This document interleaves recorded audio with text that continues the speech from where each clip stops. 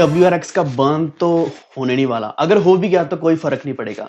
जी हाँ, कुछ ऐसे ही कमेंट्स आते हैं नीचे कि WRX बिल्कुल डेड कॉइन है, इंडिया का एक एक्सचेंज कॉइन है जिसका कुछ भी नहीं हो सकता। इसी के साथ वजीरक्स के बारे में बात करी जाती है कि वजीरक्स कहीं भी या किसी भी तरीके की सर्विस नहीं दे पाता। वजीरक्स एक बिल्कुल बेकार एक्सचेंज है। ऐसे इस तरह के कमेंट्स आते हैं, लेकिन जो सच्चाई है वो हम देख नहीं पाते या फिर हम उस चीज को इग्नोर करते हैं। अगर हम यहां देखें 24 फरवरी की, तो हर एक चीज अंडर मेंटेनेंस थी। और अंडर मेंटेनेंस क्यों थी? क्योंकि वो हर एक चीज को चेक कर रहे थे कि साइन अप्स में प्रॉब्लम तो नहीं आ रही, ट्रेडिंग में, INR deposits and withdrawals, crypto deposits and withdrawals, P2P trading, इसी के साथ ऑर्डर कैंसिलेशन। तो सब कुछ उन्होंने चेक किया और ये एक तरीके का स्केड्यूल मेंटेनेंस रहता है जो कि रेगुलर बेसिस पर किया जाता है ताकि किसी भी यूजर को कोई भी प्रॉब्लम ना आए। तो हाँ, ऐसा नहीं कि वजीरक्स कभी कोई भी प्रॉब्लम नहीं देखता, हर एक चीज को मेंटेन किया जाता है। तो इस वीडियो में हम डिस्कस करेंगे कि WRX का बर्न होगा या नहीं, और अभी क्या फायदा WRX लेने का, क्योंकि मैंने भी यहाँ लाखों रुपए के WRX और बाय किए क्योंकि इतना ज्यादा प्राइस नीचे गिरा है, जो कि 44 रुपीज के आसपास चल रहे हैं। 40 रुपए के आसपास प्राइस जो नीचे अभी इतना गिरा हुआ है। आई होप कि आपने यहाँ पे बाइंग करी होगी, क्योंकि इतना ज्यादा नीचे प्राइस आना पॉसिबल ही नहीं है। अभी यहाँ दो सिचुएशंस हैं ऐसा क्यों चल रहा है। लेकिन उससे पहले वीडियो को अभी से लाइक कर दो और हमारे चैनल वॉरफिट को सब्सक्राइब करके बेल आइकन दबा लीजिए ताकि आप तक सारे नोटिफिकेशन सबसे पहले पहुंचते रहे नए वीडियोस के। इसी के साथ बाकी अपडेट्स टेलीग्राम के ऊपर मिलती रहेंगी। वॉरफिट ऑफिशियल आप सर्च कर सकते हैं या फिर आपको लिंक मिल जाएगा डिस्क्रिप्शन में, तो उसके ऊपर भी क्लिक करके ज्वाइन कर सकते हैं। वहां आपको हर एक अपडेट सबसे पहले मिलने वाली है। तो ये सब कुछ मैं क्यों बता रहा हूं? क्योंकि हमारे बहुत से ऐसे ट्रेडर्स हैं, हमारी कम्युनिटी के जो वॉर्स हैं, तो उनके पास WRX कॉइन सबसे ज्यादा होल्ड किया हुआ है। वेट कर रहे हैं कि इसका बर्न आएगा या फिर एक बहुत बड़ा पंप आएगा, एक शॉर्ट टर्म पंप भी हो सकता है। तो ये कब होगा, क्यों नहीं हो पा रहा है, सब कुछ अभी हम डिस्कस करेंगे। तो अभी सबसे पहली चीज की हम बात करते हैं कि इसमें डिपॉजिट्स पॉसिबल है या नहीं। उसके बाद हम बर्न के बारे में बात करेंगे एंड WRX कॉइन के बारे में बात करेंगे। सबसे पहली चीज, अगर आप यहाँ कोई भी कॉइन डालना चाहते हैं तो ऑब्वियसली डाल सकते हैं किसी भी तरीके का कॉइन। बस इतना कि आप USDT डिपॉजिट नहीं कर सकते या फिर विड्रॉल नहीं कर सकते, क्योंकि उसके ऊपर वो ERC20 के ऊपर है, उसकी जो फीस है बहुत ज्यादा रहती है। जनरली ऐसे ही होता है। लेकिन अगर आप एक बाइनेंस यूजर हैं, और बाइनेंस यूजर्स के लिए ये ऑप्शन अवेलेबल है कि आप बाइनेंस से वजीरक्स और वजीरक्स से बाइनेंस बहुत ही इजीली ट्रांजैक्ट कर सकते हो बिना किसी फीस के। कुछ भी नहीं चाहिए आपको, कोई फीस भी नहीं लगेगी। तो बहुत ही आसान रहता है, आप अपने वॉलेट्स को कनेक्ट कर सकते हैं, वजीरक्स और बाइनेंस को कनेक्ट कर सकते हैं। तो ये एक बेस्ट कॉम्बो है वजीरक्स और बाइनेंस, एंड यही एक कारण है कि क्यों मैं बाइनेंस और वजीरक्स दोनों को इकट्ठा क्यों यूज करता हूं। क्योंकि बाइनेंस हम खुद भी जानते हैं दुनिया का सबसे बड़ा एक्सचेंज है, टॉप रेटेड एक्सचेंज है। और अगर वजीरक्स को इसने एक्वायर किया हुआ है और WazirX backed up by Binance है, तो ये बहुत बड़ी चीज है, क्योंकि इसमें कोई इशू नहीं आ सकता। यही कारण है कि अभी इसके रेगुलर शेड्यूल्ड मेंटेनेंस भी चलते रहते हैं। तो यहाँ डिपॉजिट्स की बात करें, अगर आपके पास बाइनेंस नहीं है, इसके अलावा आप यहाँ डिपॉजिट्स कैसे कर सकते हैं? क्योंकि डिपॉजिट हम जो इंडियंस है वो कैसे करने वाले हैं, ऑब्वियसली हम पहले INR ही करेंगे। एंड ये प्रॉब्लम कब आती है, हम कब नहीं कर पाते? क्योंकि जनरली जब भी एक बहुत बुरा डंप आता है या फिर मार्केट में, खासकर इंडियन मार्केट में एक बुरी न्यूज आती है कि क्रिप्टो को बैन किया जाएगा या फिर बहुत बड़ा टैक्स लग जाएगा या बैन किया जाएगा, इसके अलावा पनिशमेंट्स होंगी जो होल्ड करने वाले हैं, तो उस वक्त मार्केट गिरती है। तो यहाँ दो तरह के लोग होते हैं, एक तो जो सेल कर देते हैं, दूसरे लोग होते हैं जिनको एक अपॉर्चुनिटी मिलती है और भी ज्यादा बाइंग करने की। तो वो इस अपॉर्चुनिटी को मिस नहीं करना चाहते, लेकिन उनके पास INR नहीं होता, फिएट ही नहीं होगा, तो आप बाय कैसे कर लोगे? तो फिएट होना बहुत ज्यादा जरूरी है। क्योंकि अभी आज से एक दिन पहले एक न्यूज आई थी, सुप्रीम कोर्ट ने क्या कहा है कि उन्होंने कहा है कि अगर बिटकॉइन या कोई भी क्रिप्टो करेंसी इंडिया में लीगल है या नहीं, इस चीज के बारे में उन्होंने पूछा है कि अगर लीगल है तो भी बताओ, नहीं है तो भी बताओ, क्योंकि हम इस चीज को यहाँ या टोटली बैन भी कर सकते हैं। इस वक्त करीब 47 से भी ज्यादा FIRs आई हैं जो इसी चीज को पूछ रही है कि क्या ये बिटकॉइन लीगल है या नहीं। क्योंकि अगर हम इंडिया की बात करें तो करीब 87,000 बिटकॉइंस होल्ड या ट्रेड किए जा रहे हैं, जिनकी वैल्यू 20,000 करोड़ से ज्यादा है। 20,000 करोड़ की वैल्यू होने के कारण इस वक्त जो सुप्रीम कोर्ट है वो भी कंसर्न्ड है कि ये लीगल है या नहीं है। तो यही मैं बोल रहा हूं कि अगर सुप्रीम कोर्ट एक दिन यही डिक्लेयर कर देगा कि इलीगल है, उस दिन के बाद फिर से एक डंप आएगा और आप बाय नहीं कर पाओगे। तो इसीलिए आपके पास कुछ ना कुछ ऑप्शंस होने जरूरी हैं। तो उन ऑप्शंस में क्या है, आप जाओगे यहाँ रुपीस के ऊपर अपने फंड्स में, इसके ऊपर डिपॉजिट का ऑप्शन आपको मिलेगा। तो इस ऑप्शन में करंटली जो ऑप्शन अवेलेबल रहते हैं, P2P तो हमेशा ही अवेलेबल रहता है। दूसरा वॉलेट ट्रांसफर, इंस्टेंट डिपॉजिट, जिसके ऊपर आपको दिखेगा शायद UPI एंड डेबिट कार्ड, जो कि जनरली अवेलेबल नहीं रहता, क्योंकि UPI की जो यहाँ ट्रांजैक्शंस हैं या फिर जो यूपीआई की सर्विसेज हैं ये बहुत बार फ्रिक्वेंटली बंद करी जाती हैं। आई डोंट नो ये इशू क्यों नहीं सॉल्व किया जा रहा। बहुत सारी एक्सचेंजेस हैं इंडियन, सभी के ऊपर सेम इशू ही रहता है क्योंकि यूपीआई की सर्विसेज ही नहीं दी जा रही। लेकिन एक मोबीक्विक ऐसी चीज है जो हमेशा सर्विस देती है क्योंकि यहाँ वो अपनी खुद की कन्वीनियंस फी लेता है और इस फी के साथ आप यहाँ बहुत ही आसानी से ट्रांजैक्ट कर सकते हैं। तीसरी चीज यहाँ है नेट बैंकिंग, तो जो कि ऑलमोस्ट हमेशा अवेलेबल रहता है। नेट बैंकिंग के ऊपर आपको यहाँ ऑप्शन मिलता है कि आप सिर्फ और सिर्फ 47.2 रुपए की फीस लगने वाली, जो कि बहुत ही लिमिटेड सी है। वो हम बोल सकते हैं कि 50 रुपए की फीस लगेगी 5 लाख डालने के लिए, और जितनी बार डालोगे इतनी फीस लगेगी। 5-5 करके आप यहाँ 1 करोड़ रुपया भी डाल सकते हैं, कोई भी लिमिट नहीं है, डेली लिमिट नहीं है, बहुत ही आसानी से कर सकते हो। नेट बैंकिंग आई होप कि आप सबके पास होगा। नेट बैंकिंग अगर आपके पास है, अपना आईडी पासवर्ड यूज करके इजिली आप यहाँ डिपॉजिट कर सकते हैं।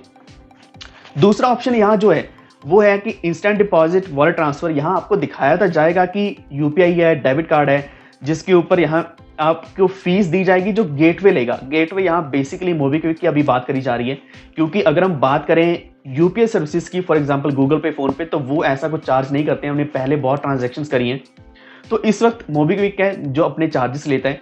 तो आप यहाँ फॉर एग्जांपल 1000 रुपीज डालना चाहते हैं, तो आप जब प्रोसीड करेंगे तो यहाँ जो वॉलेट दिखने वाले सिर्फ मोबीक्विक के दिखेगा, ऐसा नहीं कि आपको गूगल पे या फोन पे दिखने वाला है। तो यहाँ 1000 रुपये के ऊपर 17.7 रुपए एक कन्वीनियंस फी ली जा रही है, जिसमें जीएसटी इंक्लूडेड है।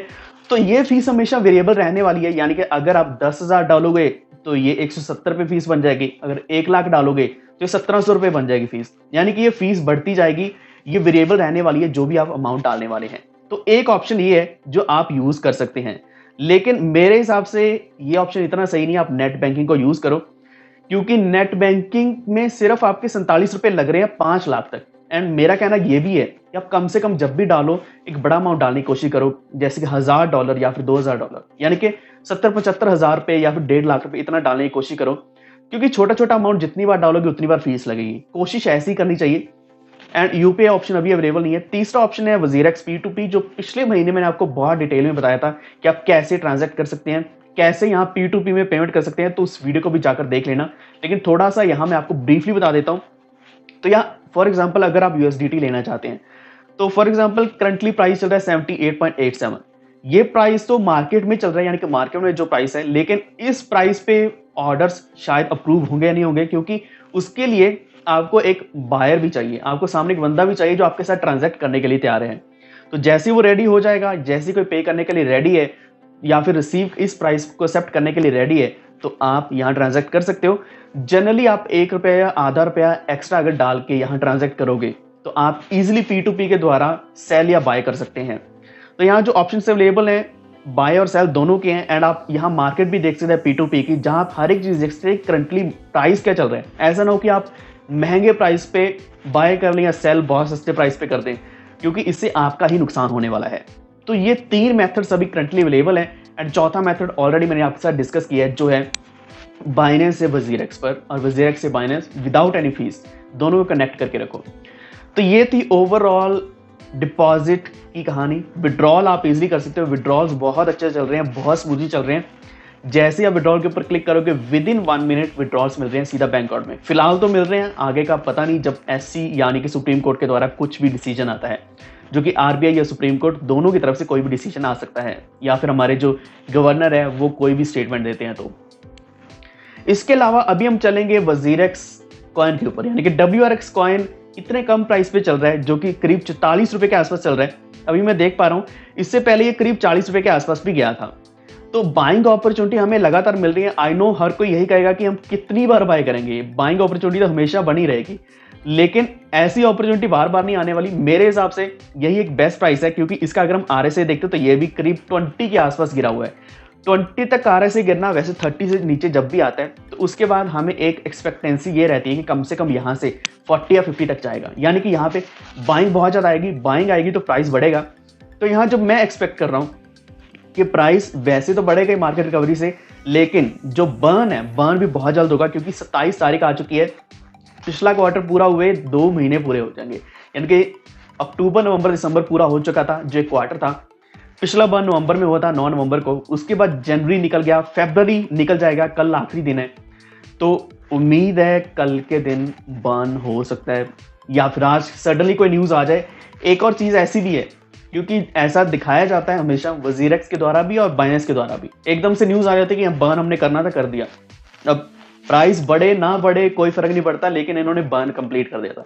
लेकिन बहुत बार ऐसा होता है जब थोड़ा सा भी इंडिकेशन मिलता है कि बर्न होने जा रहा है तो बाइंग बहुत ज्यादा आती है, क्योंकि यहाँ दोनों फैक्टर्स इन्वॉल्व है कि सप्लाई कम करना और इसी के साथ बाइंग एकदम से ज्यादा आ जाना, यानी कि डिमांड बढ़ाना। और ऐसी डिमांड अगर मार्केट में एकदम से बढ़ जाती है एक छोटी सी यहाँ टिप के कारण, या फिर एक छोटी सी यहाँ एक इंफॉर्मेशन मार्केट में चली जाती है, तो बाइंग बहुत ज्यादा आएगी तो प्राइस बढ़ जाएगा। एंड यहाँ मैं एक्सपेक्ट कर रहा हूँ कि यहाँ से कम 3 गुना तक प्राइस जा सकता है। ऑब्वियसली आप भी जानते हैं कि WRX की जो पोटेंशियल है वो बहुत बड़ी है। कम से कम हम अगर हम डॉलर्स की बात करें तो करीब $3 से $4 तक जाना चाहिए जब मार्केट अच्छी रिकवर हो जाएगी। एंड WRX जब अपनी एक नॉर्मल स्टेट में, न्यूट्रल स्टेट में आ जाएगा तो ऐसा प्राइस दिखना चाहिए। यही कारण है कि इस प्राइस पॉइंट पे मैंने और भी ज्यादा बाइंग करी है।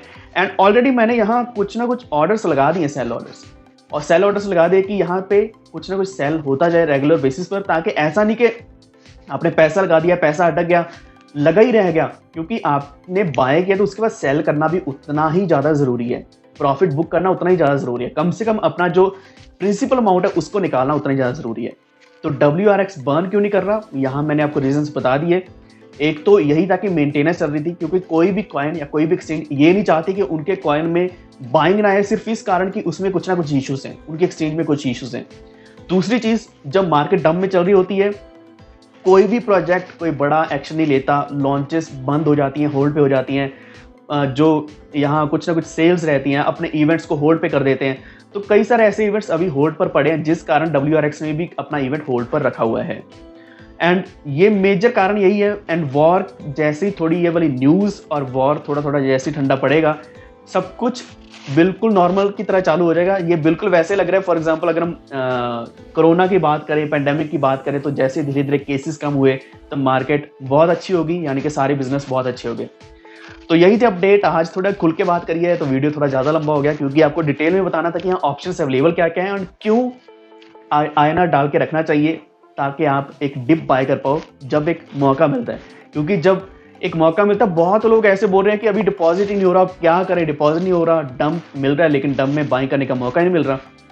तो ये मौके बार बार नहीं आते हैं, इसके बाद मार्केट में बहुत बड़ी रिकवरी पॉसिबल है। तो अगर आपके हिसाब से कोई और चीज़ रह गई है डिस्कस करने को, नीचे कमेंट करके जरूर बताना। बाकी अपडेट्स मैं टेलीग्राम के ऊपर आपके साथ शेयर करता रहूंगा, वॉफ्टेड ऑफिशियल आप सर्च कर सकते हैं, या फिर आपको लिंक मिल जाएगा डिस्क्रिप्शन में। वीडियो अगर थोड़ी सी भी वैल्यूएबल लगी हो या इन्फॉर्मेटिव लगी हो तो अभी से लाइक कर दो एंड शेयर कर दो अपने फ्रेंड्स एंड फैमिली के साथ। इसी के साथ हमारे चैनल वॉफ्टेड को सब्सक्राइब करके बेल आइकन दबा लीजिए, ताकि आप तक सारे नोटिफिकेशन सबसे पहले पहुंचे। धन्यवाद।